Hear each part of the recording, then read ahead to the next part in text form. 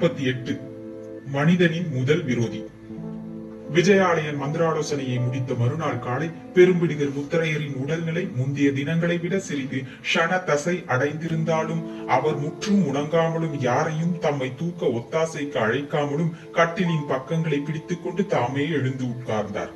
அவருக்கு பணிவிடை செய்ய எதிரே கையில் ஒரு செம்பில் வெந்நீருடனும் இன்னொரு கையில் ஆலங்குச்சியுடனும் நின்றிருந்த இளவரசி தேவி முத்திரைய பூபதியின் கஷ்டத்தையும் நோயின் கடுமையையும் புரிந்து கொண்டாலும் அவருக்கு எந்த விதத்திலும் உதவ முன்வராமல் சிலையென நின்றிருந்தாள். முகத்தில் துன்பங்களை பிரிய அந்த கமல முகத்தில் விரிந்த வருத்த சாயை கவனித்த பெரும்பிடுகர் லேசாக நகைத்தார். அத்தனை துன்பத்திலும் இந்த கிழவனை பார்த்து அனுதாபப்பட இந்த உலகில் ஒரு ஜீவனும் இருக்கிறது என்று கூறினார் நகைப்பினூடே. தேவி தனது வளர்ப்பு தந்தையின் கையில் ஆலங்குச்சியை கொடுத்துவிட்டு சற்று எட்ட சாளரத்தில் இருந்த பித்தளை தட்டை எடுத்து வந்து அவருக்கு எதிராக பிடித்துக் கொண்டாள். ஆனால் முத்திரை பூபதி பல்துளக்க ஆலங்குச்சியை வாயில் வைத்து கடிக்கவில்லை. அதை கையில் பிடித்த வண்ணம் கேட்டார், தேவி, ஏன் இப்படி பேசாமடந்தையாகிவிட்டாய் என்று. அதற்கும் அவள் பதில் சொல்லவில்லை. பாவம், என் மீது உனக்கு எத்தனை அனுதாபம் என்று கூறி அவள் கையை பிடித்து இழுத்து தமது பக்கத்தில் உட்கார வைத்துக் கொண்டார். தந்தையின் அருகில் அமர்ந்த தேவி, உங்கள் மீது எனக்கு அனுதாபம் இல்லை என்று கூறினாள் திடமான குரலில். வேறு என்ன என்று வினவினார் முத்திரையர். வருத்தம், கோபம்? அப்பா, இரண்டா? ஆம். எதற்காக? உங்கள் உடல்நிலை கண்டு வருத்தம், பிடிவாதத்தை கண்டு கோபம். முத்திரை பூபதி கையில் இருந்த ஆலங்குச்சியை வாயில் சொருகி பற்களால் கடித்துக் கொண்டு தேவியின் முதுகை தடவி கொடுத்தார் செல்லமாக. அவருடைய கை ஸ்பர்சத்தில் இருந்த ஆதரவு அவள் உடலை சிலிர்க்க வைத்தது. அப்படி தடவிய வண்ணம் வாயின் இடது பக்கத்தில் ஆலங்குச்சியை நகர்த்தி கொண்டு சொன்னார் பெரும்பிடுகர், மகளே, வியாதி எப்படி உடன் பிறக்கிறதோ அப்படியே மனிதன் குணமும் உடன் பிறக்கிறது. வியாதியை குறைக்கலாம் மருந்தால், குணத்தை மாற்ற உலகத்தில் மருந்து கிடையாது. இதை கேட்ட தேவி பெருமூச்செறிந்தாள். அப்பா, நீங்கள் ஏன் என்னை சித்திரவதை செய்கிறீர்கள் என்று வினவவும் செய்தாள்.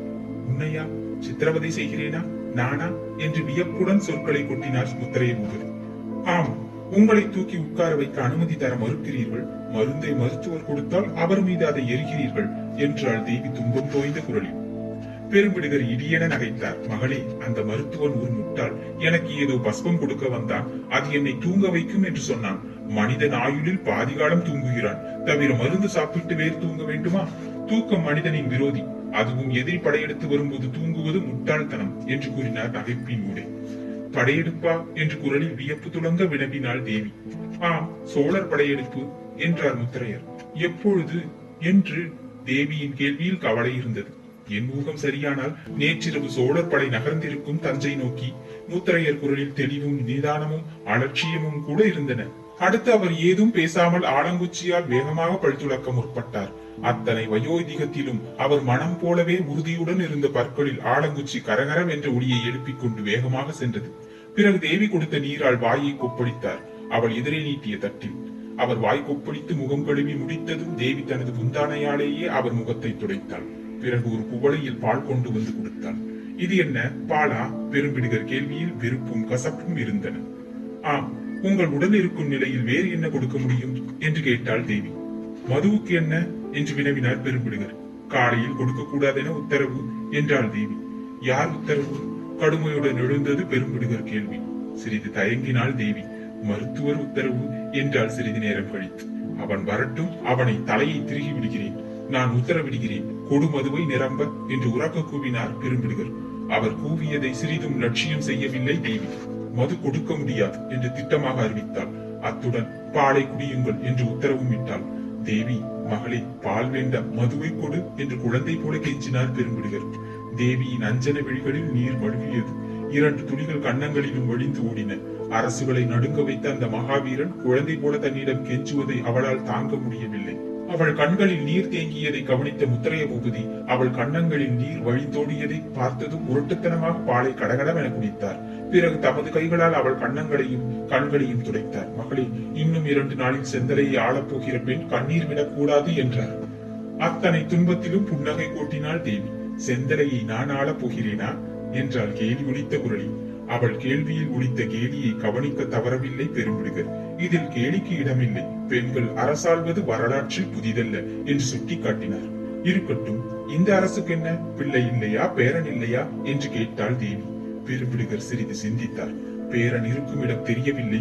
எதிரியின் படை நகர்ந்து விட்டதை அறியாமல் பிள்ளை உறங்குகிறான். விழித்திருப்பவர் தான் இந்த அரசை ஆள முடியும்.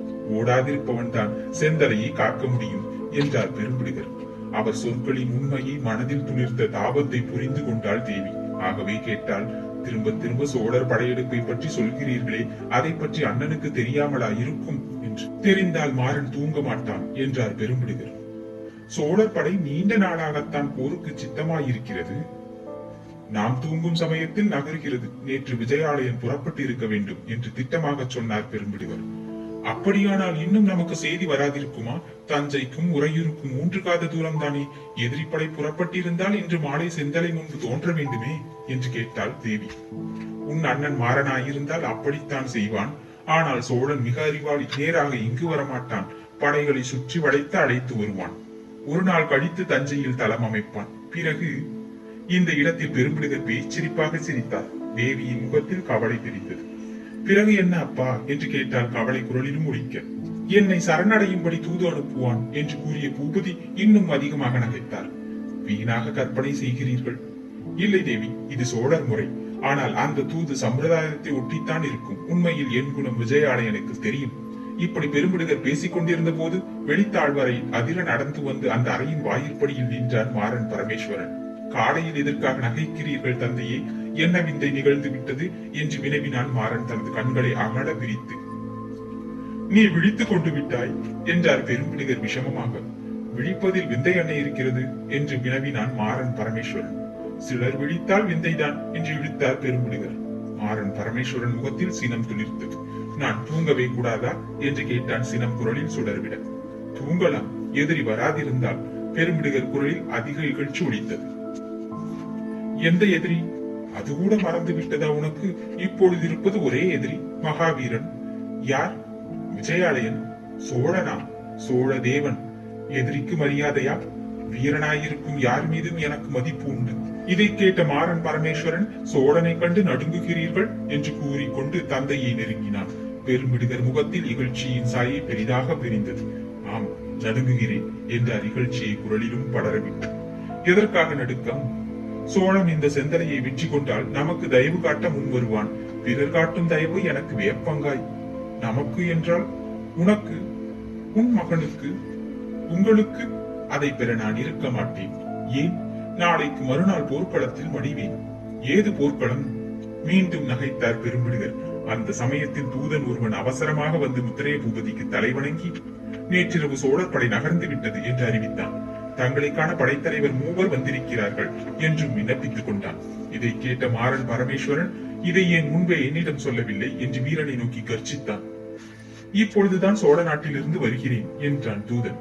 என் அறைக்கு வராமல் தந்தையை ஏன் தொந்தரவு செய்கிறாய் என்று சீறினான் மாறன். நீ உறங்குகிறாய் என்று நினைத்திருப்பான் மகனே. உறக்கம் மனிதனின் முதல் விரோதி என்று மாறனை நோக்கி அறிவித்த பெரும்பிடுகர் நோயை அலட்சியம் செய்யாமல் நிமிர்ந்து உட்கார்ந்து கொண்டு செய்தி கொண்டு வந்த வீரனை நோக்கி, படைத்தலைவர்களை வரச் சொல் என்று உத்தரவிட்டார். அவர் குரலில் கம்பீரம் இருந்தது, உறுதி இருந்தது. மகனையும் நோக்கி, நீயும் சீக்கிரமாக வந்து சேர் என்று கூறினார். மாறன் விரைந்தான் தனது அறையை நோக்கி. தேவியும் போக எழுந்தாள். நீ இரு என்று அவளை பக்கத்தில் நிறுத்திக் கொண்டார் பெரும்பிடுகர்.